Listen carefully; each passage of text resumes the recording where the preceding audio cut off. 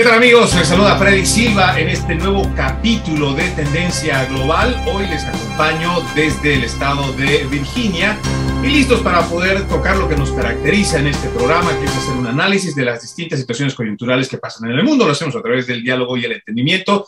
Hoy está conmigo nuestro director Percy Calderón aquí en el estado de Virginia. Le doy la bienvenida. Gracias, Freddy. Un gusto de tenerte acá en el estado. Lo mismo, tenemos a Carlos Ardiles, que se encuentra en la fría ciudad de La Paz. Hasta allá vamos con el saludo. Realmente tenerte con nosotros es siempre un privilegio, querido Carlos. Él es abogado, es politólogo, asesor político, magíster en las universidades. Un abrazo, Carlos. Un gusto estar pues en el programa, Freddy, Percy y también a Horacio. Es un placer siempre compartir este momento grato. Y bueno, vamos a pasar con la persona a quien nosotros tenemos mucho respeto, mucha admiración. Él es Horacio Giusto. Él es el director de Resistencia Radio allá en Córdoba, Argentina, ¿cierto, Horacio? Además, uno de los firmes representantes, yo creo, de Latinoamérica en cuanto a lo que significa la batalla cultural. Para nosotros es un verdadero privilegio tenerte en Tendencia Global, Horacio. Un abrazo hasta Argentina. Muchísimas gracias, el saludo es hacia ustedes, más que honrado de poder participar de este espacio. Venimos todos a aprender y realmente es un honor poder compartir un momento con ustedes, caballeros. Bueno, vamos a comentarles que además Horacio es escritor, no falta mucho para que salga su libro a la venta, que además trata de ecologismo y todo relacionado con lo que significa esta batalla cultural, la Agenda 2030 sobre todo, que es el tema el cual vamos a tocar esta edición. Horacio, comencemos hablando, vamos a profundizar en tu libro más adelante, pero comencemos hablando a rasgos generales. ¿Qué entendemos por la Agenda 2030? Porque mucha gente seguramente se preguntará cuando alguien dice, no, es que esto es parte del progresismo, globalismo, y es parte de la Agenda 2030. Mucha gente realmente desconoce por completo este tema. Bien, y de hecho, para comenzar y agradeciendo la oportunidad, si alguien plantease que la Agenda 2030 es en clave de progresismo, también es en clave de globalismo, no estaría equivocado el planteamiento. En todo caso, habría que profundizar algunos conceptos mínimos. Lo cierto, y en esto también tenemos que ser sinceros, hay que ser realista en cuanto a que ciertos espacios escépticos del progresismo, escépticos del globalismo, han empezado a considerar la Agenda 2030, particularmente luego del avenimiento de la pandemia 2020, donde algunas medidas empiezan a salir a la luz. Lo cierto es que esta medida que impulsa a las Naciones Unidas ya se habían gestado como plan de acción global desde el año 2015. Lo cierto en este punto que quiero rescatar es que la Agenda 2030, la famosa Agenda 2030, es adoptada por la Asamblea General y tiene como punto esencial el famoso desarrollo sostenible a partir de 17 objetivos concretos. Lo cierto es que los 17 objetivos concretos, lo que es, entiéndase, control de natalidad, control en las tasas de fertilidad, políticas antinatalistas, podemos plantear, aparecen quizás en 2 o 3 objetivos concretos, pero los 17 puntos sí están inscritos en clave de ecologismo. Y esto creo que amerita tener ciertas consideraciones. ¿Por qué lo planteo en este sentido? Porque si uno observa la forma en la que se despliegan los 17 objetivos, pareciera ser que hay un plan benevolente de fondo. Pareciera ser que se apunta a la paz universal, a un progreso sostenido, se apunta a una suerte de hermandad y fraternidad entre todas las naciones, pero hay ciertos puntos que, si hay tiempo, los vamos a ir desarrollando en formas más concretas, que van a demostrar que detrás de esto en realidad hay un plan bastante maquiavélico. Hay un plan en realidad de gestión global a partir de ciertos engaños, de ciertas premisas falsas. Quieren que se lo explique en forma concreta. Van a observar que constantemente esta agenda global se ha inscrito a partir de lo que ha sido un desarrollo que empieza en 1927, ya como una forma de preocupación en cuanto a la demografía de ciertas naciones, continúa su desarrollo, toma claramente que ciertos elementos del ecologismo, luego de la obra de Paul Ehrlich en 1968, y que se termina de consolidar con 3 grandes conferencias internacionales, Cairo, México, Bucarest, pero con una particularidad, que el modelo ya no se centra exclusivamente en limitar ciertos crecimientos demográficos, sino particularmente en limitar el consumo y la producción de ciertos países, que a la postre significaría limitar el crecimiento demográfico. Es consecuencia de esto. ¿Por qué lo planteo? Porque cuando indaguemos lo que es la Agenda 2030, particularmente la sostenibilidad, se van a observar que está basado en un modelo fallido. El ecologismo tuvo 5 grandes modelos. Los 5 grandes modelos no pueden explicar en ningún momento la realidad del conflicto que hay entre el hombre y la naturaleza, una realidad inherente al propio ser. En los 80, para que se entienda, en los 80 se planteó el enfriamiento global, luego se planteó los agujeros en las capas de ozono y toda la propaganda al respecto. En el 2000 fue el famoso calentamiento global, luego en el 2010 ya fue la sobrepoblación, al 2020 la emergencia climática. Son modelos que década tras década, incluso contrariando lo que la propia ciencia plantea, intentan aducir que todo raíz de conflicto es esencialmente antropogénico, que es lo que yo discuto en mi segundo libro. Yo no discuto el cambio climático per se, sobre lo cual se asienta la Agenda 2030. El cambio climático es natural, el clima cambia. Sí discuto que sea antropogénico. Este es el foco de cuestión. ¿Por qué? Porque inspirado en los 3 grandes intelectuales que abastecen esta agenda, William Vogt, Garrett Hardin, Paul Ehrlich, se va a observar que si el cambio climático es antropogénico, la única forma de justamente mermar el cambio climático es eliminando el crecimiento de los humanos. Esta es la tesis esencial. Son teorías neomalthusianas. La Agenda 2030 es neomalthusiana. Cuando se habla de sostenibilidad, lo que se plantea es básicamente evitar la proliferación de ciertas industrias y de ciertas poblaciones en ciertas partes del mundo. Y esto es a considerar, no me quiero extender, es una simple introducción, pero digo, acá hay una paradoja. Curiosamente, esto ha generado el Objetivo 2030, el plan de acción, que naciones que van desde Estados Unidos, que tiene un conflicto vigente en este momento por cómo se ha distribuido el PBI para generar una infraestructura verde, hasta países como Argentina, que están haciendo una transición ecológica, van a ver que en Occidente constantemente se tiende a querer cumplir esos objetivos 2030. Un dato concreto, observen Alemania, observen cómo la industria siderúrgica ha caído en Alemania para plegarse a lo que es la energía renovable, cayéndose en una recesión histórica para esa nación, al igual que la Unión Europea ha fomentado estas políticas, y en ese sentido no se dice la verdad. ¿Cuál es la verdad? Que las energías verdes requieren 3 grandes elementos, y con esto cierro la primera pregunta. Autos eléctricos, a base claramente de cobalto, litio y cobre, hay que explorar luego cómo son la minería de estos minerales. La energía eólica, particularmente los molinos eólicos, que tiene una muy baja producción en parte de Europa, y los paneles solares. De hecho, Estados Unidos intenta saltar del 10% de producción energética solar al 90%. Es el famoso Green New Deal de Ocasio-Cortez, al cual se pliega Joe Biden. Ahora, ¿quién controla el mercado de los paneles solares? Particularmente el Partido Comunista Chino. Y aquí es donde se muestra una verdad.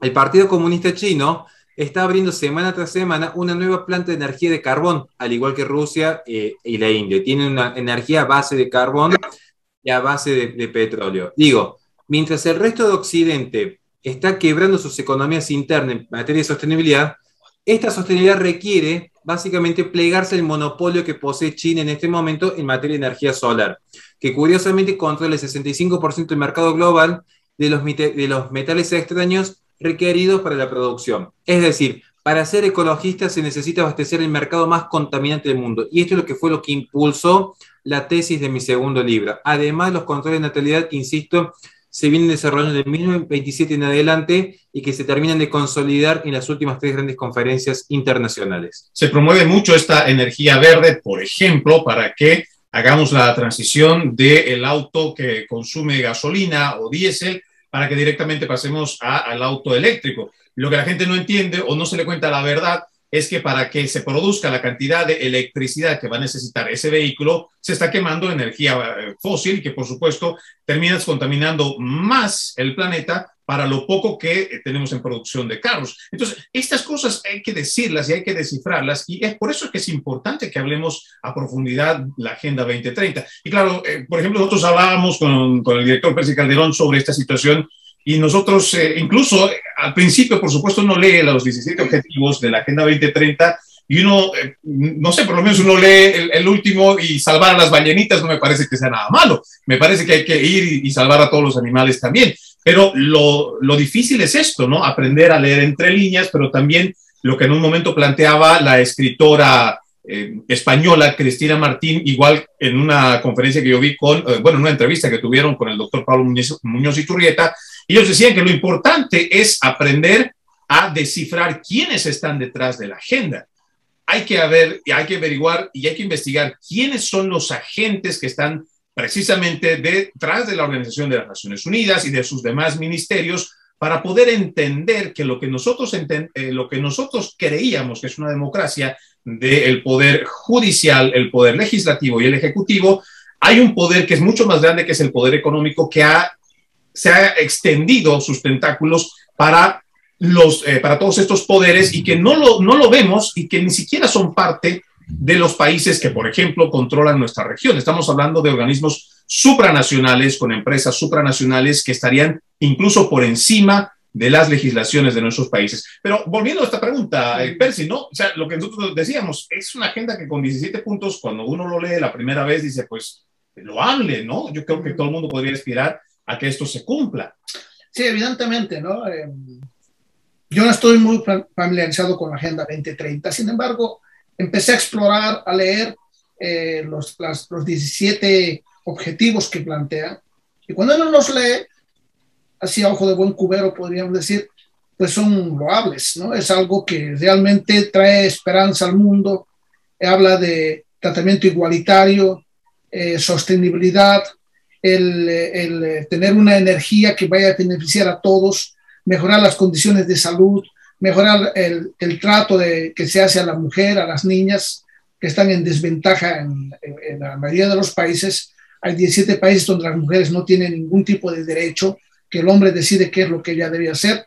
49 países donde pues la mujer gana menos que el hombre, y 35 países donde actualmente tienen representación las mujeres en las diferentes esferas políticas. Ese es el análisis que se hace, y cuando uno lee esto uno dice, caramba, parece que ellos están haciendo todas estas cosas pensando en la humanidad.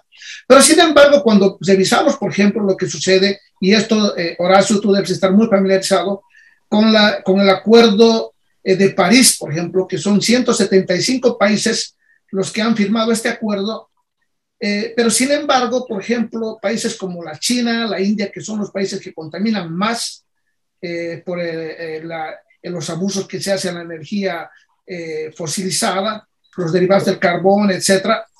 Sin embargo, China, que es una superpotencia, se beneficia de tener tarifas bajas en todos los mercados, préstamos blandos, porque no entra China como una superpotencia. Sin embargo, ellos destinan esos fondos económicos para su propio bienestar. Ellos hacen préstamos a otros países del dinero que reciben, imagínense ustedes, como préstamos para el desarrollo de la China y el desarrollo de la energía. Sin embargo, los Estados Unidos, con mucha razón, salió del Acuerdo de París durante la administración del presidente Trump. Desafortunadamente, en la presente administración hemos vuelto a los acuerdos de París, y pues Estados Unidos está en desventaja porque sí tiene que limitar la emisión de los gases, que China y la India no lo están haciendo, y eso pues incurre en un problema, digamos un efecto dominó en todas las industrias energéticas de los Estados Unidos. Entonces, Horacio, la pregunta es esta, ¿no?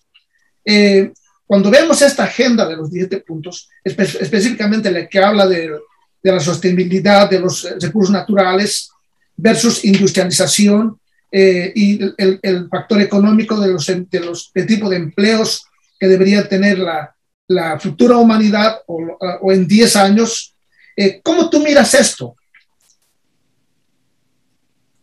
Qué buena pregunta respecto al Tratado de París, porque hay una serie de confusiones al respecto y es muy interesante poder desarrollarlo y valoro muchísimo el poder desplegarme en este punto. El Tratado de París tiene una característica que por ahí a veces, incluso muchos juristas pasa por alto, que es jurídicamente vinculante. a los países que en uso de su soberanía acceden, genera un vínculo, y esto es crucial a considerar. ¿Por qué? Porque uno ve el Acuerdo de París y quizás gente un poco más aversada en el tema se descubre que se plantean objetivos idílicos, incluso se llega a plantear en algunos espectros a querer bajar digamos, la temperatura global, para que se entienda, a causas, ya parte de una premisa que es que los efectos de gas invernadero han generado una suba global en la temperatura. Digo, se intenta volver a ciertos cánones climáticos preindustriales, en una sociedad totalmente industrializada, digo, entonces ya hay un conflicto de interés, en primer lugar, pero suponiendo y dando por cierto de que fuese posible, suponiendo que fuese posible, hay científicos que lo desmienten, insisto, Bjorn Lomborg, Judith Curry, que son curiosamente los más censurados. Ahora, ¿qué es lo que sucede con el Tratado de París? Bien planteó usted que en la era de Trump, Estados Unidos se retira. Lo que normalmente no se dice es que cuando Estados Unidos se retira del Tratado de París, se retira estando Estados Unidos en un pico récord en bajas tasas de emisiones de CO2, en primer lugar. Es decir, en la era de Trump es, para que la gente lo pueda entender, cuando menos se estaba contaminando Estados Unidos. Y se retira porque consideraba que el Tratado de París, a ser jurídicamente vinculante, hay una cuestión que es que se vuelve impositivo para las industrias nacionales. ¿En qué sentido se vuelve impositivo? Cuando uno observa el Tratado de París, básicamente, y para que la gente común, digamos, esto me interesa que la gente de a pie lo pueda entender y analizar y tener recursos, para que la gente común lo pueda entender. Básicamente el Tratado de París es un acuerdo entre todos los países que deciden formar parte, y lo que eligen es que los países de la categoría 1, que son los más, entre comillas, evolucionados, los que menos contaminan, los que más han progresado, ayuden en forma técnica y financiera a los países de la categoría 2 para que no contaminen tantos. Entonces, básicamente, para que se entienda, es un Estados Unidos que había dejado de contaminar con Donald Trump a la cabeza, tenía que estar sus empresas que habían hecho toda una inversión para dejar de contaminar y dejar de emitir CO2, financiando industrias como China, que no tenía la más mínima intención de plegarse a esta agenda ecologista. Entonces, esto es lo que originó la retirada de Donald Trump. Y claramente que Joe Biden, siguiendo los lineamientos, que de hecho hay una curiosidad, ya que lo digo como un dato de color. Hace poco en una entrevista, Joe Biden se le pregunta justamente por el Tratado de París y los objetivos 2030. Y la periodista, que se ve que está muy bien instruida en estas cuestiones, le sostiene lo que ha sido la transición verde del Green New Deal ya está significando una pérdida de PBI histórica para Estados Unidos. De hecho, se está en un proceso inflacionario que no se había visto casi nunca antes. No recuerdo que haya visto proceso inflacionario similar al que se vive actualmente en Estados Unidos. Entonces le dice, estos objetivos, que si bien parecen loables, va a destruir la nación americana. Entonces le pregunta al periodista, ¿está justificado que la economía de un país se destruya para alcanzar los objetivos globales?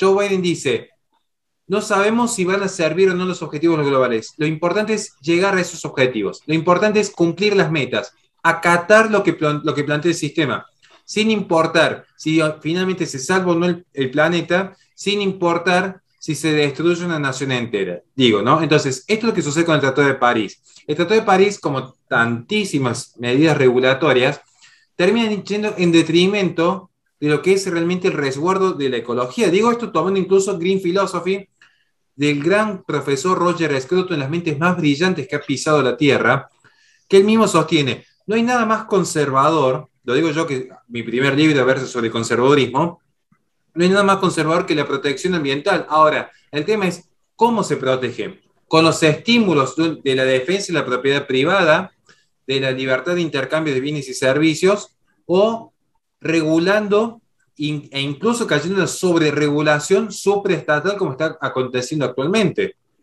Acá hay que ver este punto. Digo porque hay muchos que son proteccionistas, ecologistas y normalmente atacan a la pequeña y mediana empresa familiar en Occidente y no ven en lo que está haciendo China desde los buques pesqueros hasta la forma en la que ha ingresado en Birmania, hasta la forma en la que está contaminando con las industrias de carbón. Digo, entonces, yo creo que hay que tener una mirada amplia y decir, ¿dónde está el verdadero problema? Pero eso es lo que puede reflexionar respecto al Tratado de París, que insisto, creo que lo más inteligente que pasó fue cuando Donald Trump se fue demostrando que se puede cuidar el planeta sin formar parte de esta élite globalista, se puede seguir protegiendo el planeta y a su vez es confiscatorio, porque que un país que invirtió tenga que estar financiando, insisto, naciones como China, no estamos hablando de Bangladesh, estamos hablando de todo un gigante de Oriente que actualmente ocupa un predominio en el mercado, es decir, propio, para que ya con esto cierro, propio del progresismo. Al rico lo hacemos más rico y al pobre lo hacemos más pobre, nada más.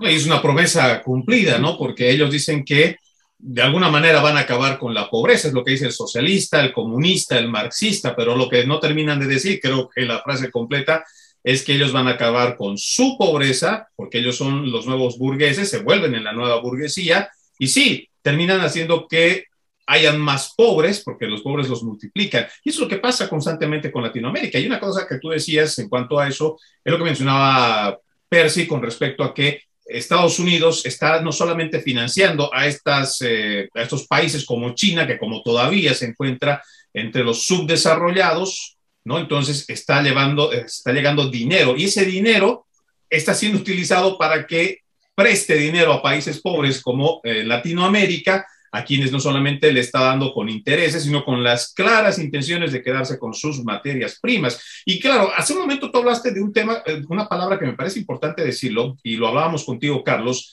el tema de la soberanía, porque a esta altura yo creo que es muy evidente el hecho de ver que ya un organismo o una estructura de gobierno mundial ya está erigida. Tenemos unas Naciones Unidas que ahora mismo, en la pandemia, creo que ha sido más evidente que nunca, está actuando como un organismo de gobierno mundial y ya tiene sus ministerios, como tenemos el Ministerio de Comercio, que es la Organización Mundial de Comercio, tenemos el Ministerio de, no sé, Salud, la Organización Mundial de la Salud, y así tenemos bastantes ministerios que ya están pues alineados con las Naciones Unidas. Y cuando hablamos de esto, Carlos, recuerdo que nosotros precisamente platicábamos de esto de la Agenda 2030, lo que va a terminar pasando es que si esto sigue adelante, entonces estamos hablando de que esa soberanía de las naciones y esa democracia que más o menos la conocemos, donde las masas, ¿no? Entonces van a una votación o van a una elección, son los que deciden,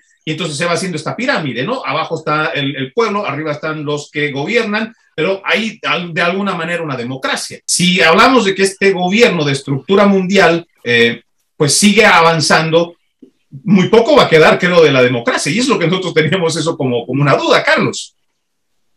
Sí, es evidente. Creo que uno de los aspectos importantes que hay que considerar es de que si entramos a establecer este tipo de agendas que están dándose y que prácticamente están conmoviendo, diríamos, una situación de una connotación mundial, vemos un aspecto de que yo más o menos lo reflejo en los siguientes aspectos o parámetros, ¿no? Vemos un aspecto de un desorden frente a querer establecer un orden, ¿no? Mundial, frente a un aspecto de una superestructura, frente a una estructura, frente a un aspecto de una relación, diríamos, entre ricos y pobres, pero más allá de esto, creo que lo que nos debe llevar a tener una reflexión es ese aspecto hegemónico que se quiere imponer, ¿no? Porque es una imposición que hacen, diríamos, los grandes países, ¿no? Especialmente del G7, ¿no? Como Estados Unidos, Alemania, Italia, Francia, ¿no? Y que en algún momento lo que están hegemonizando Estados Unidos en América, ¿no? Alemania en Europa y prácticamente Japón, China y Rusia en Asia. Y ellos lo que llevan es justamente a que exista un grado de dependencia y más que nada de obediencia. Y lo que se está haciendo es perder esa autonomía de soberanía como estados, ¿no? Que se tienen, pero lamentablemente esto va más allá, porque estamos haciendo una situación de polarización que existe, ¿no? Entre los países y prácticamente de segmentación. Porque ve tú de que prácticamente las grandes potencias simplemente deciden y los otros tenemos que acatar. Y esto creo que lleva ya no a tener, diríamos, una agenda, porque cuando se habla de una agenda se habla de consensos, de acuerdos y de disensos. Pero en este aspecto, una agenda también tiene que tener ciertas bases normativas en las que los menos también tengan una voz para establecer qué es lo que quieren y cómo quieren llevar a efecto ese cambio, ¿no? Simplemente es un aspecto impositivo, ¿no? Que no tiene, diríamos, un reflejo mayor, y un aspecto que dentro de los 17 puntos estaba viendo, dice el fin de la pobreza, ¿no? Muchos hablan de que va a haber un fin de la pobreza. Y cuando se habla de esto, y cuando inclusive existen algunas campañas electorales y algunos políticos hablan de erradicar la pobreza, erradicar, diríamos, algunos aspectos de raíz, uno dice, bueno, en años no se ha erradicado, diríamos, la pobreza, no se ha concluido con la pobreza, menos se la va a erradicar, ¿no? Entonces, creo que son simplemente algunos discursos para quienes tienen cierta importancia de consolidar esa hegemonía y, como te digo, en desmedro de algunos países que estamos en vías de desarrollo y otros que quizás ni siquiera eso han alcanzado. Por eso que a Horacio yo le pregunto, me gustaría muchísimo que él nos dé su punto de vista, ¿no? ¿Qué es lo que en sí la Agenda 2030 tiene como objetivo principal? Bien, es la gran pregunta que más de una vez no hemos sabido hacer, lo que estamos a veces de este lado, de decir, bueno, realmente, ¿cuál es el verdadero impulso, digamos, ¿no? Y acá hay que, yo en este sentido tengo para ahí una postura un poco distinta a la que van a tener tantos grandes intelectuales que he aprendido y que tanto respeto y tanto quiero. Yo no creo que exista un solo eje del mal, para que se entienda así en términos muy reduccionistas. Porque lo que sucede particularmente con el ecologismo, que acá yo sí parto de la tesis de que Lyotard se equivocó.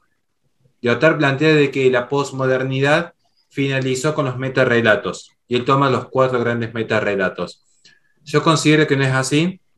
Hay algunos metarrelatos que han subsistido, particularmente el metarrelato de lo que es el consenso, incluso a nivel internacional. Hay gente que todavía cree en esto como un metarrelato de vida, e incluso el ecologismo. Un ecologismo que, de hecho, en mi próximo libro le dedico un capítulo entero en cómo se ha sacralizado y convertido en religión, una religión pagana, hecho sea de paso, esta forma de entender a la madre naturaleza, a la Gaia, a la Pachamama. Ahora, ¿qué es lo que sucede con la Agenda 2030? Que la Agenda 2030 toma este metarrelato del ecologismo, pero no es solamente el único estamento globalista que lo toma. Porque la ONU, la Organización de Naciones Unidas, particularmente a mí no me interesa tanto, aclarar ya, la ONU sí el Consejo de Seguridad, que tiene ese poder más vinculante y fáctico que la pantomima que se ha enarbolado burocráticamente la ONU, digamos, ¿no? Pero digo, la ONU toma el ecologismo, pero también lo toma ciertos metas capitales. De hecho, por dar un ejemplo concreto, uno de los principales financistas que tiene Greta Thunberg es Rockefeller Brothers. O sea, un dato. Pero también lo toma para así, curiosamente, no como metarrelato, pero que se favorece el mismo, otro competidor en esta línea hegemónica globalista, el Partido Comunista Chino, de las naciones más contaminantes que existen. Sin embargo, es la que supo monopolizar el desarrollo de las energías verdes, particularmente el desarrollo de los paneles solares. ¿Por qué planteo esto? Hay 3 grandes competidores en búsqueda de hegemonizar, en búsqueda de establecer un eje común, el poder. Y en ese sentido van a haber alianzas, naturalmente van a haber alianzas, aunque haya modelos tanto políticos, burocráticos, jurídicos, culturales, con ciertos matices y ciertas diferencias. Es decir, para que se entienda, hoy Bill Gates está intentando fomentar el consumo de carne sintética. Esto es un proceso de investigación en este momento, ¿no? Para generar un determinado tipo de patente. Ahora, puede ser o no que de repente la ONU vaya a favorecer o impulsar este tipo de política, es decir, bueno, que los estados empiecen a promover que en todo restaurante exista al menos un menú vegano obligatoriamente en su jurisdicción local, como pasa en Argentina. Puede suceder o no, pero digo, naturalmente van a terminar coincidiendo, pero en el fondo va a haber disputas. De hecho, el modelo tecnocrático que plantea Bill Gates es un modelo distinto y antagónico a un modelo regresivo, o mejor dicho, ecoregresivo, que plantea un discurso como el de Greta Thunberg. Entonces, ¿qué sucede con la Agenda 2030? La Agenda 2030 toma elementos de este metarrelato, que es un metarrelato que, insisto, va desde lo filosófico hasta lo jurídico. Toma estos metarrelatos de la sostenibilidad, pero en el fondo es una forma de legitimar el ejercicio concreto de poder. Eso es lo que yo coincido claramente con usted. Pero coincido claramente con usted en su análisis, que creo que ha sido brillante, brillante el análisis. Porque lo que se está haciendo es desde un organismo descentralizado, y dicho sea de paso, un organismo que además de estar descentralizado en cuanto por fuera del Estado, un organismo supraestatal, un organismo que no tiene contacto directo con la realidad, ese organismo direcciona todo lo que es la política pública interna, allende de los gobiernos locales que rinden pleitesías a cambio de sus ostentosas formas de vida. Allende de ese fenómeno, digo, ¿no? Salvo algunas excepciones, muy entre comillas excepciones, estoy pensando Orbán, Dudá, Bolsonaro, Trump, salvo algunas excepciones que también hay que revisar algunos puntos, los gobiernos suelen plegarse porque no es una actitud filantrópica ni solidaria el motivo por el cual se lleva adelante esto. Ahora, que hay una invasión en la soberanía interna, no me queda la más mínima duda. No me queda la más mínima duda.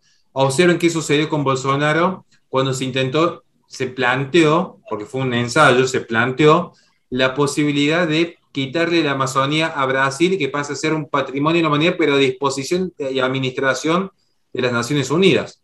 Ya hubo un ensayo al respecto. Entonces, acá hay que también decir, esto es una invasión de la soberanía. ¿Argentina es consciente de esto? Actualmente la Antártida ya podríamos decir que ni siquiera puede ser considerada en términos reales que vaya a poder ser sostenida a futuro por el gobierno argentino. Además que Argentina está a manos de una asociación ilícita. Digo, esto es lo que está pasando con la Agenda 2030. Pero la Agenda 2030 no se inmiscuye solamente en materia de regulación ecológica, es decir, bueno, cómo se regula en la industria, sino que empieza con los controles de natalidad, que es tanto igual o peor, porque ya incluso hay una invasión directa, lo que Foucault llamaría biopoder. Esto es curioso, hoy los progresistas no pueden usar sus propias categorías para analizar la realidad porque sería contradecir sus propios postulados. Imagínense en un progresista amante de Foucault tener que explicar, por ejemplo, lo que ha realizado la OMS. Eso es biopoder de principio a fin a partir de lo que es la medicación forzada. O sea, no puede analizar estas categorías un progresista.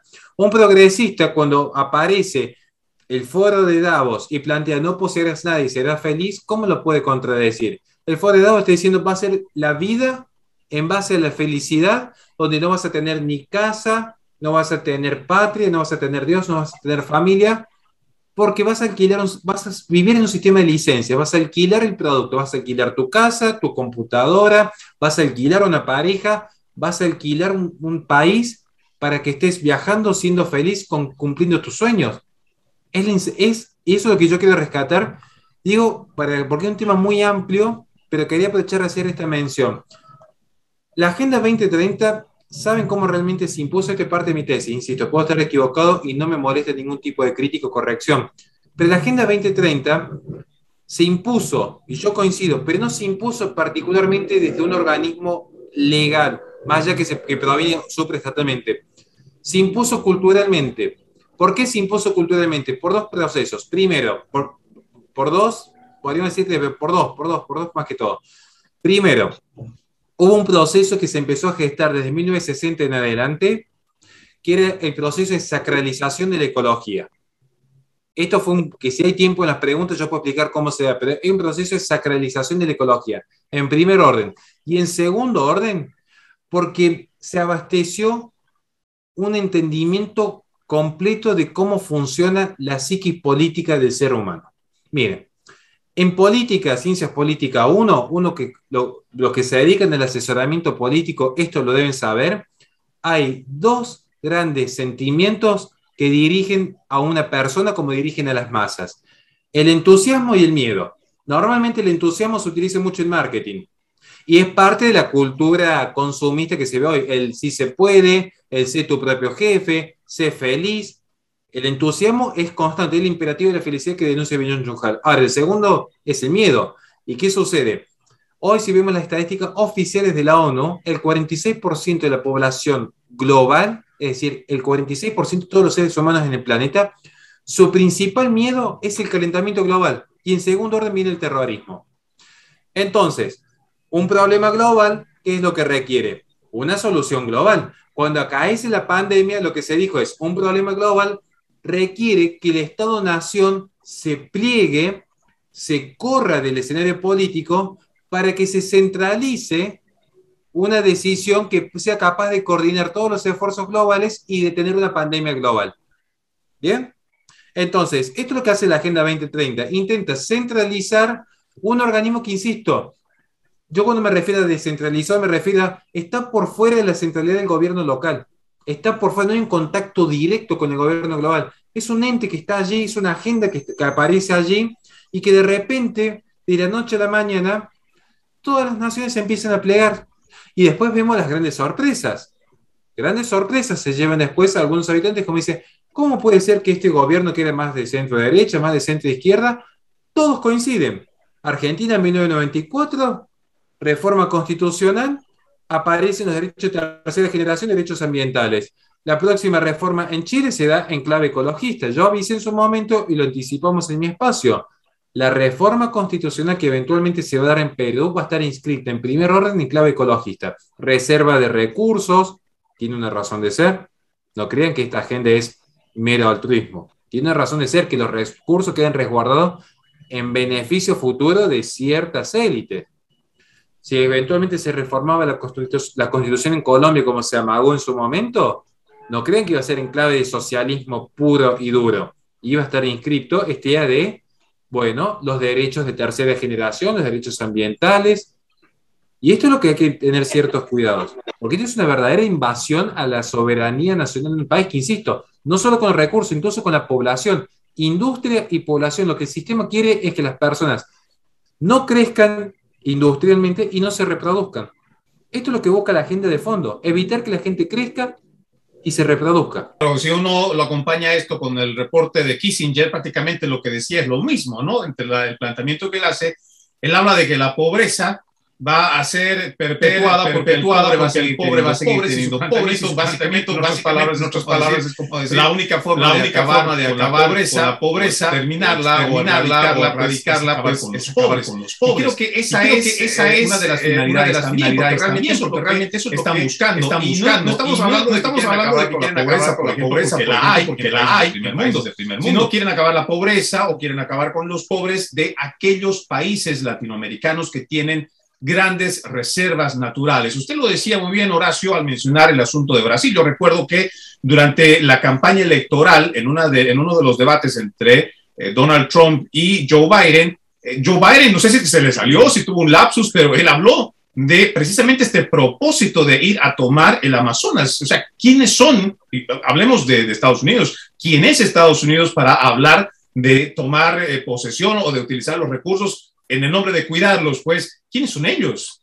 Brasil tiene su autonomía, Brasil es soberano, pero si también hablamos, ¿no?, de una de las preocupaciones que debería ser para toda la gente, sobre todo el ciudadano de a pie, en esto de lo que es la pérdida de soberanía, es el hecho de que desde este organismo supranacional se van a tomar decisiones que no van a ser consultadas al grueso de la población, por ejemplo, en educación. No sé si mucha gente lo sabrá, pero por ejemplo en Argentina, la Open Society está a cargo, no me dejará mentir Horacio si es que esto es verdad o que es falso, pero yo entiendo que la Open Society está a cargo de la educación allá en Argentina. No solamente eso, la Open Society tiene sus tentáculos vertidos en lo que es las agendas de los ministerios de educación. Para que observen un caso concreto, la gente se ha alarmado, normalmente la gente que está, digamos, en las antípodas del progresismo se alarma con lo que es la educación sexual integral, la famosa ESI, y dicen viene a promover la ideología de género en los niños. Primero que hay que ser cuidadoso con algunos términos, digo, porque a veces hay ciertos capitales privados que son tanto más nocivos que ciertos empleos públicos, y en segundo lugar, de hecho, la educación ecológica ya es obligatoria. Es decir, la gente se alarmó, y bienvenido sea, cuando Casa Fusa o Fundación Huésped, la IPPF, estaban fogoneando las agendas educativas en clave de género en los más niños. Ahora, La imposición de la educación ecológica también se da en Argentina en forma obligatoria. Y esto es un conflicto futuro. Pero acá quiero remarcar algo que muy bien lo plantea usted y que quiero como resaltarlo. Quiero resaltarlo en este sentido. Dos datos que son muy importantes. La forma en la que se logra, en la que se trabaja actualmente las élites globalistas, no es mediante el ejercicio del poder disciplinario, sino mediante la autodisciplina. Y esto lo hace mucho más peligroso, porque el poder disciplinario genera resistencia. Naturalmente, donde se ejerció un poder disciplinario en más o en menos medida, hubo un espacio de resistencia. Actualmente es casi imposible un espacio de resistencia. Por eso digo, es un poder invisible, para que se pueda entender en forma concreta. Recientemente a mí me tocó observar, mucha gente, por ejemplo, se ha alarmado por el famoso pase, no quiere decir para porque sé cómo funciona en YouTube este mecanismo, que dicho sea de paso, esto de la pandemia se vincula íntimamente al ecologismo, pero es materia de otro análisis. Digo, pero este pase obligatorio, donde uno tiene que tener ciertos requisitos para viajar en avión, entrar a un bar, estar en un estado, pasar a otro, la gente se alarmó y dice, es una imposición del Estado. Cuidado, que así como, por ejemplo, Apple está promoviendo este famoso pase en forma digital, en código de QR para cada usuario, así también Doconomy, que es una app que depende financieramente de Mastercard, está promoviendo las transacciones en base a la huella de carbono. Entonces, a medida que uno genera menos huella de carbono, es decir, consume ciertos productos seleccionados que han pasado el filtro, tiene mayor crédito. Y el crédito merma cuando uno consume o contamina más con su consumo, o consume algo que genera mayor huella de carbono. Doconomy, digo, ¿no? Entonces, ¿qué es lo que voy yo? ¿Por qué prolifera esto? Porque lo que está haciendo, particularmente el ecologismo, es crear el usuario perfecto. A medida que las personas se fueran alejando del orden trascendental, dejan de ser personas y se convierten en ciudadanos. Y luego el ciudadano se empieza a convertir en usuario. Lo que está creando el sistema es el usuario perfecto. ¿Por qué? Porque lo que se busca es el control poblacional. Y uno cuando habla de control poblacional se refiere a van a aniquilar solamente al niño por nacer, van a aniquilar al anciano, que ya lo están haciendo, sino lo que se hace es controlar, que es predecir el comportamiento y que el comportamiento sea de acuerdo a lo que el sistema necesita. Generar el usuario perfecto es, la persona va a producir y consumir lo que se quiere, porque esta pandemia va a acabar tarde o temprano, pero la próxima pandemia va a ser netamente ecologista. El próximo gran encierro va a ser justamente promover que el ser humano en su hogar no esté viajando en aviones, no esté viajando en colectivos, no esté reproduciéndose, no esté teniendo hijos, no tenga familia. Esté en un cubículo, en una realidad virtual hermosa, donde la persona ve la realidad que quiere ver como todo avatar, pero consumiendo y produciendo lo que el sistema desea. Esto es lo que promueve el ecologismo. Que en nombre de cuidar el planeta Tierra, la persona esté como un ente en un cubículo, creyendo que es libre, creyendo que es feliz, pero sin generar un lazo con el otro. ¿Por qué? Porque esto es autodisciplina. Vamos de vuelta para que se observe. Imagínense cualquiera de nosotros en tiempos pretéritos si el sistema imponía un encierro obligatorio, un goulash ruso, un gran salto hacia adelante, un campo de concentración en Camboya. Hubo espacios de resistencia, mayores o menores. El holodomor ucraniano no generó la misma resistencia que de repente se pudo haber generado en el Tíbet. Pero hubo espacios de resistencia. ¿Bien? Ahora, era un poder disciplinario. Era, en términos de Carl Schmitt, cito justamente un extremo, era un amigo-enemigo. Ahora, lo que pasó en 2020 y lo que está pasando en clave del ecologismo, porque este es el fondo, es la protección ambiental, que las personas renuncien a su libertad voluntariamente, no perciben el ejercicio de poder. Cuando vino la pandemia, muchos se dejaron encerrar voluntariamente. ¿Por qué? Porque decían, estoy salvando mi vida, estoy salvando de mis seres queridos, estoy salvando mi patria, estoy siendo un héroe. Entonces no hay espacio de resistencia. ¿Cómo alguien iba a resistir si era la autodisciplina? Era uno mismo que voluntariamente decía, esto lo hago por mi bien. Lo mismo pasa con el ecologismo. Poca gente se anima a cuestionar esto. Poca gente se anima a cuestionar lo que es realmente el ecologismo. Se piensa, no, Horacio Giusto es un extremista. Seguramente está a favor de patear cachorritos o quemar arbolitos por diversión. No se dan cuenta que en realidad uno no necesita ser ecologista para cuidar el medio ambiente y que de hecho promover la agenda ecologista es promover la destrucción del ambiente. Datos concretos, para citar algunos y no extenderme tanto y dar paso a alguna última reflexión. Cuando el animal fue propiedad privada es cuando se eliminó por completo la extinción de las especies. Las especies que se han extinto, todas han sido siempre cuando estaban bajo regulación estatal y protección estatal. Ejemplos concretos, el elefante blanco en África o, por ejemplo, las vacas que estaban a punto de ser extinguidas cuando estaban bajo protección del gobierno y cuando fueron derivadas a la administración privada, hoy las vacas proliferan en Occidente. Otro dato, según Heritage Foundation, las naciones con mayor libertad económica son las menos contaminantes en el mundo. Datos concretos. Tercer dato, la agenda ecologista favorece principalmente a las naciones más contaminantes del mundo, tanto con el Tratado de París, que está financiado en los países en vías de desarrollo, entiéndase, países que no tienen el más mínimo interés en crecer económicamente, hasta terminar de consolidar el monopolio chino. Entonces, estos son lo que yo digo, hay que empezar a cuestionar esta agenda de fondo. Bueno, realmente se lee, es tan amplio esto, Horacio, y yo entiendo que esta parte de lo que tú citas, la próxima pandemia, va a ser muy interesante y prácticamente la gente no solamente no cuestiona, ¿no? Incluso a mí me ha tocado hacer algunas publicaciones en mis redes sociales y la gente básicamente es como que no logra diferenciar entre lo que significa un daño medioambiental, que estoy seguro y convencido de que sí lo ha producido el hombre, con algo que es muy distinto, que es un cambio climático. No quererle atribuir que nosotros hemos venido a producir un cambio climático como humanidad en los últimos 50 años, incluso con datos científicos creo que se puede refutar esta idea de que sí hemos contribuido con el daño medioambiental. Por supuesto, hemos dañado los ecosistemas, estamos a diario contaminando los mares, estamos dañando los ríos, lo mismo que estamos talando los árboles. Por supuesto que hay una conducta que tenemos que mejorarla, pero de ahí a que nosotros digamos que el ser humano ha provocado el cambio climático, es como aceptar que la Tierra misma no tiene vida. Y tenemos muchos libros en la antigüedad que hablan de calentamientos supremamente altos, igual que vamos a encontrar evidencia geológica que nos puede decir que ha habido un descenso de temperatura violenta. O sea, existe evidencia de que el cambio climático no es producido por el hombre y es algo natural que viene.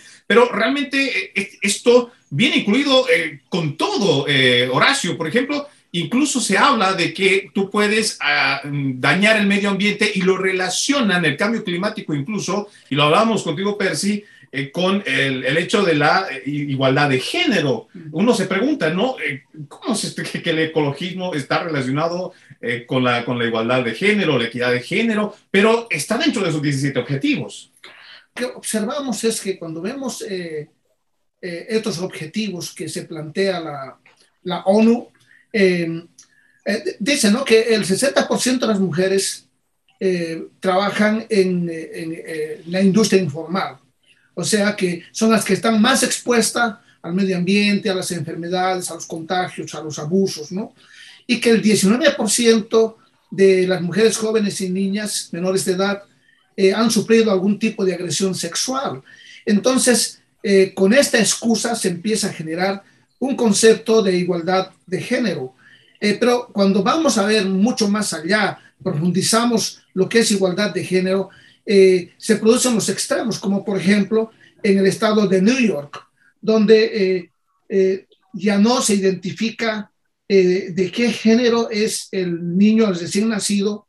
Se pone un espacio blanco y se dice, bueno, cuando este niño tenga conciencia de lo que es, va a poder escoger su sexo.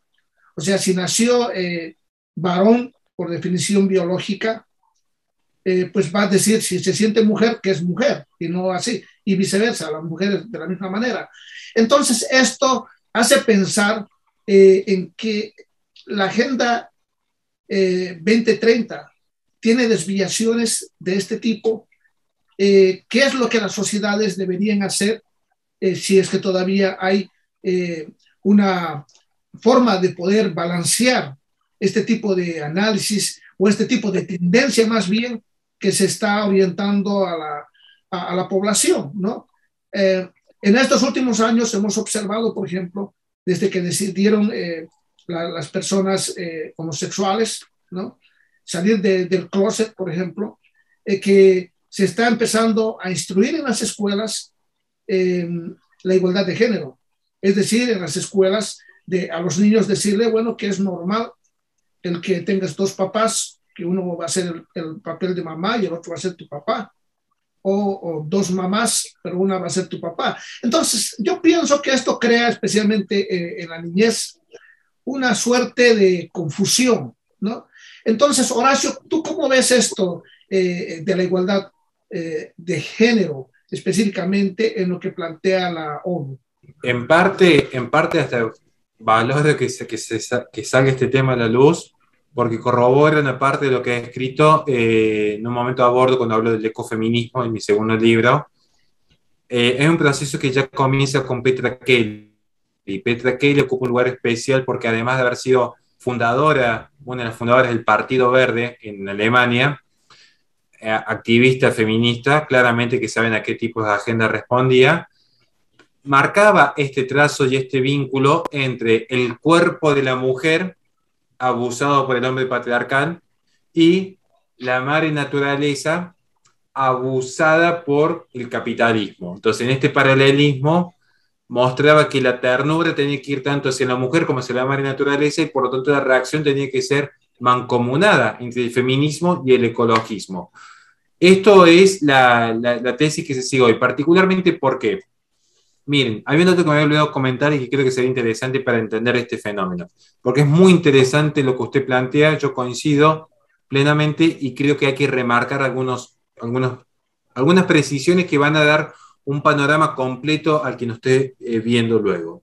Observen, cuando se da la conferencia en Bucarest, el contexto histórico es fundamental, porque allí se plantea la primera conferencia en términos políticos, donde se aleja del campo científico, porque las conferencias internacionales en materia de demografía comienzan en 1927, se van desarrollando, hay conflictos de división en 1935 en Berlín, 1937 París, pero mantiene la clave cientificista. Ahora, ya en 1974 es netamente política. En ese contexto se plantea la necesidad de que las naciones, particularmente China, siempre la mirada estuvo puesta sobre China, particularmente cuando Estados Unidos tenía el dominio de lo que era la ONU, particularmente en ese contexto.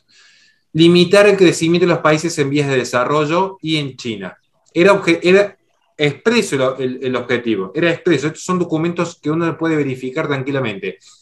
¿Dónde estuvo la resistencia? Bueno, aparecen naciones como Argentina, estoy pensando Brasil, tendría que revisar porque 4 naciones más no fueron tantas, las que sostienen que el mejor método contraceptivo era el desarrollo económico, era el desarrollo de la industria local, no era la legalización y el forzar la esterilización de ciertas mujeres, ¿no? Ahora, ¿qué pasa?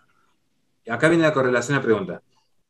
Hay una transición, no me quiero ir de tema, en 1984. En 1994, por el gran rechazo que se había generado en 1984, en 1994, cuando se hace la última conferencia internacional, ya se deja de hablar de control demográfico por el conflicto que hubo en 1984, particularmente con Ronald Reagan y sus emisarios, particularmente con la expulsión completa de John Rockefeller III de todo el legado que había dejado en sus conferencias internacionales. Entonces, aquí, a raíz de lo que sucede en 1984, en 1994, ya no se habla nunca más de control demográfico. Se empieza a hablar de los derechos sexuales y reproductivos de la mujer en materia universal, porque ya estaba prohibido, que es lo que se asienta en 1984, de que un organismo supraestatal pudiera inducir y presionar a un Estado a legalizar ciertas prácticas. Todos saben a cuál me refiero. Entonces, como ya no podía en forma directa decirle la ONU a Argentina, legaliza esto, lo que hacen es, bueno, lo que sí podemos promover son los derechos humanos. Y el derecho sobre el propio cuerpo es un derecho humano. Entonces vamos a empezar a trabajar sobre que las mujeres tengan derechos sobre sus propios cuerpos. Y a eso se acompaña lo que fue, que Ronald Reagan lo denuncia expresamente, cuando se refiere a la explosión demográfica en su discurso de 1984, se refiere a la contestación que el propio Paul Ehrlich hace redoblando la apuesta de la bomba demográfica que escribió en 1968, lejos de retractar, saber que se había equivocado en todas sus predicciones, porque se equivocó en todas sus predicciones, redobla la apuesta con la explosión demográfica. Él hace un libro en 1968 que se llama La bomba demográfica. Teoría malthusiana aplicada al ecologismo. Se equivocó por completo. ¿Qué hizo? Redobló la apuesta. La explosión demográfica. A eso se refiere Ronald Reagan. Ahora, lo que aparece es que de ese momento se empieza a hablar siempre en el derecho de la mujer. Y lo mismo aparece ahora este sinfín de organizaciones ecofeministas que vinculan que el derecho de la mujer sobre su cuerpo, entre comillas, está ayudando a que haya menos seres humanos contaminando el planeta. Yo no voy a pensar que esto es un delirio. De hecho, esto lo dejo para que cada uno pueda investigarlo y desmentirme tranquilamente con datos. Intenten desmentir lo que yo voy a plantear. Búsquelo cada uno por sus propios medios. Peter Singer, William Bogg, Garrett Hardin, Paul Ehrlich, Eric Pianka, David Foreman. Bueno, no quiero darle a todos los ecologistas.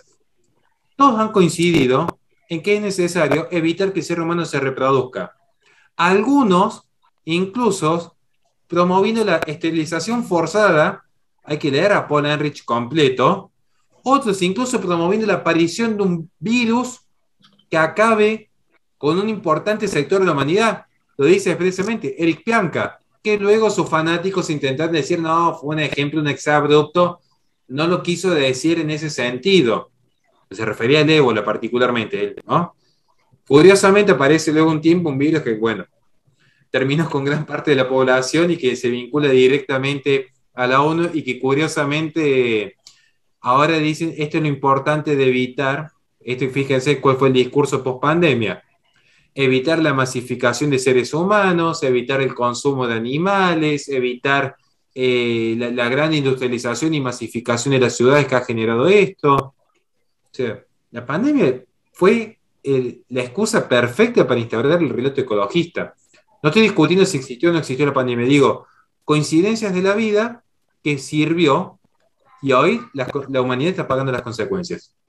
Bueno, coincidencias que claramente lo podemos escuchar igual de George Soros, ¿no? Que en una conferencia lo dijo muy claro.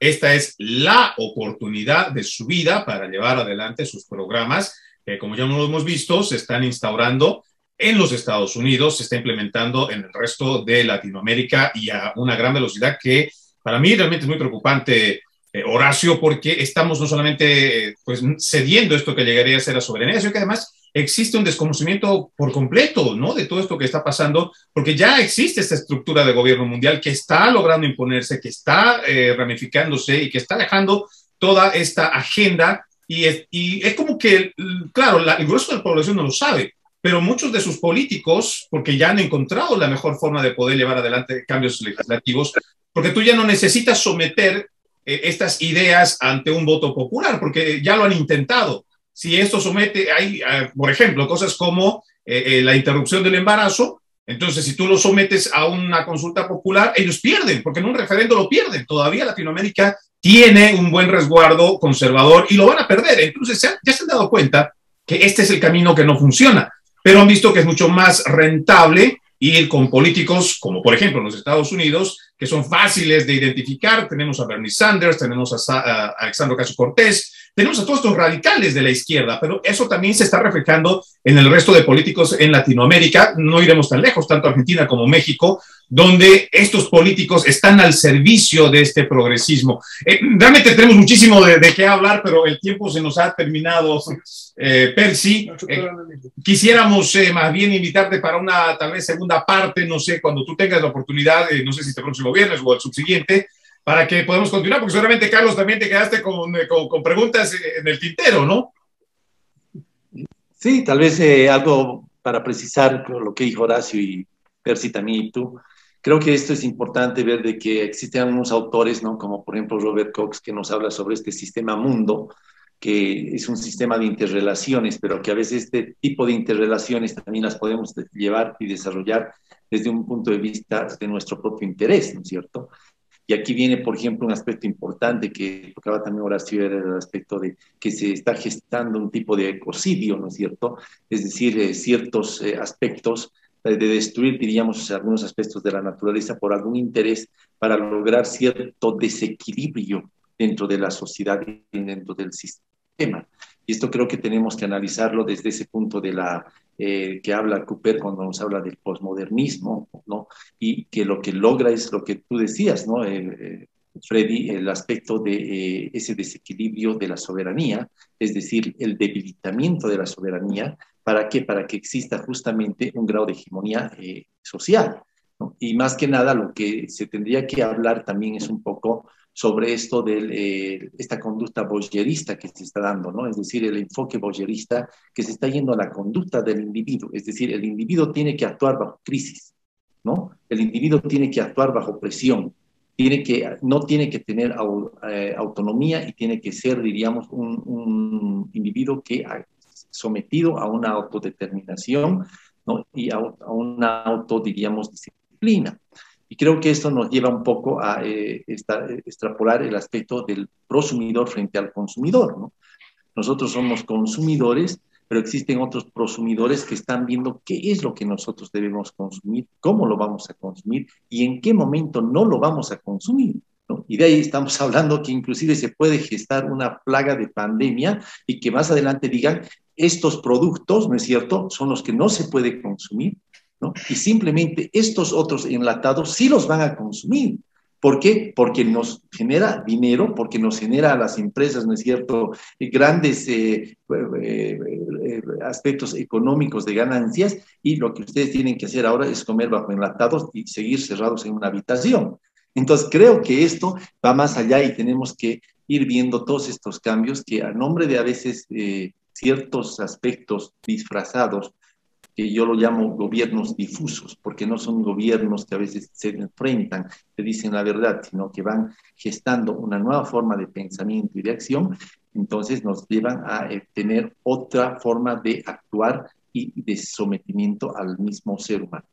Y bueno, ya la próxima edición, Horacio, no sé si te podemos comprometer ya para el próximo viernes, si es posible. Sería bueno tocar el tema, ¿no?, de la escuela de Frankfurt, lo mismo que de la escuela de Chicago, porque prácticamente es como que estuviéramos replicando esos laboratorios de ingeniería social que se estuvieran aplicando durante esta pandemia. Y creo que eso es bastante claro, es evidente. Y esto también que menciona Carlos en cuanto a este ecocidio más bien, porque sí estamos viendo, no sé si con mucha casualidad, no sé, con premeditación, en muchas regiones los incendios, no creo que todos sean naturales y por lo menos creo que eso podríamos prestarle muchísima atención como ciudadanos y realmente estar pendientes. Horacio, te quiero dar quiero darte las gracias realmente porque nos hayas acompañado el día de hoy y por supuesto te vamos a esperar el próximo viernes para seguir hablando. Es una segunda parte de esto que es tan amplio que es la Agenda 2030.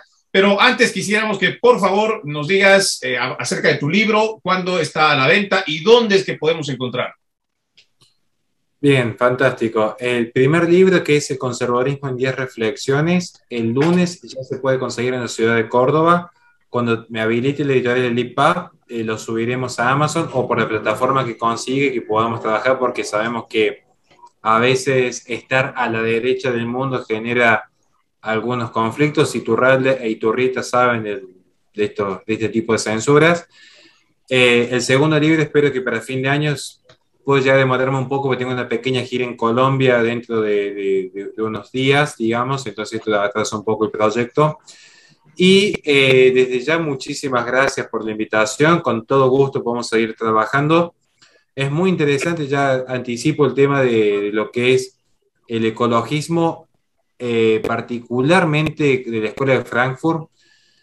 Hay un autor que a mí me interesa rescatar, no es particularmente de la Escuela de Frankfurt, pero se lo vincula, que es Herbert Marcuse, es quien más desarrolla el tema del ecologismo y de los nuevos sujetos revolucionarios. Entonces hay un tema a considerar ahí. Además de que es propia la posmodernidad, la deconstrucción y el proyecto negativo. De hecho, el ecologismo que se cimienta sobre la protección y cuidado ambiental es el mayor proyecto negativo, porque no busca conservar nada, sino simplemente aniquilar lo ya conseguido.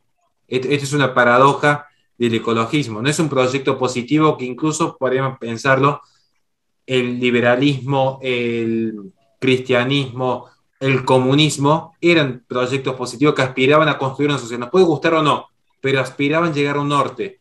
El ecologismo ya se inscribe en clave posmoderna. Lo que buscan es destruir lo que ya existe. No hay nada a dónde llegar. No hay una sociedad sin clases, una sociedad sin propiedad privada, no hay ya una suerte de libre mercado, no hay nada. Es esto que existe, hay que aniquilarlo. Lo mismo pasa con el feminismo posmoderno. Ni siquiera existe la mujer, ni siquiera existe la mujer como concepto y esencia. Es discurso.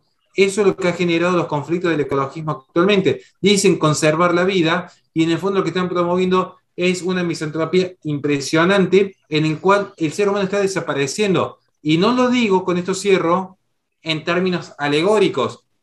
Hay un tema que no puede desarrollar a fondo, que lo podemos terminar de desarrollar en la próxima reunión. Vean las tasas de fertilidad en Occidente. Están decayendo desde el 70 en adelante. Cuando empieza a imperar el discurso ecologista, acompañado de la revolución sexual, todas las tasas de fertilidad en caída. Todas. Y esto es un dato a tener en cuenta, porque naturalmente las naciones van a desaparecer y esto genera un conflicto en la poste con la inmigración sustitutiva. Pero bueno, ya nos iremos de tema. Y por supuesto, vamos a estar encantados de tenerte el próximo viernes. Horacio Giusto es analista, además de escritor, director de La Resistencia Radio allá en Argentina. Encantados de que nos hayas acompañado el día de hoy. También le vamos a dar las gracias a Carlos Ardiles, él es abogado, politólogo, analista, magíster en universidades. Un abrazo hasta la fría ciudad de La Paz, Carlos. Un gusto de verlos nuevamente, un placer estar acá presente. Bueno, también aquí con mi director, Percy Calderón, un gran amigo de tantos años. Él es documentalista, periodista, sociólogo. Es siempre un gusto poder tener este tipo de charlas, ¿no? Percy, disfrutar sobre temas tan apasionantes. Así es, Freddy, gracias por tu visita. Pues disfrutamos de la compañía de Freddy aquí, en la familia, que lo conocemos desde hace muchos años. Un placer tenerte en casa. Horacio, un placer el haber compartido esta hora contigo y el compromiso. La siguiente semana continuamos con esta conversación. Bueno, de esta forma nosotros le ponemos punto final a este capítulo de Tendencia Global. Recordamos que somos un programa que no tiene afiliación a ningún partido político, tampoco recibimos ningún tipo de contribución económica ni de ninguna índole de ideologías políticas. Somos un programa completamente independiente. Soy Freddy Silva, esta vez desde el estado de Virginia, muy cerca de la capital de los Estados Unidos. Muchas gracias a todos por acompañarnos. Nos reencontramos dentro de 7 días. Buenos días, buenas tardes, buenas noches. Hasta la próxima.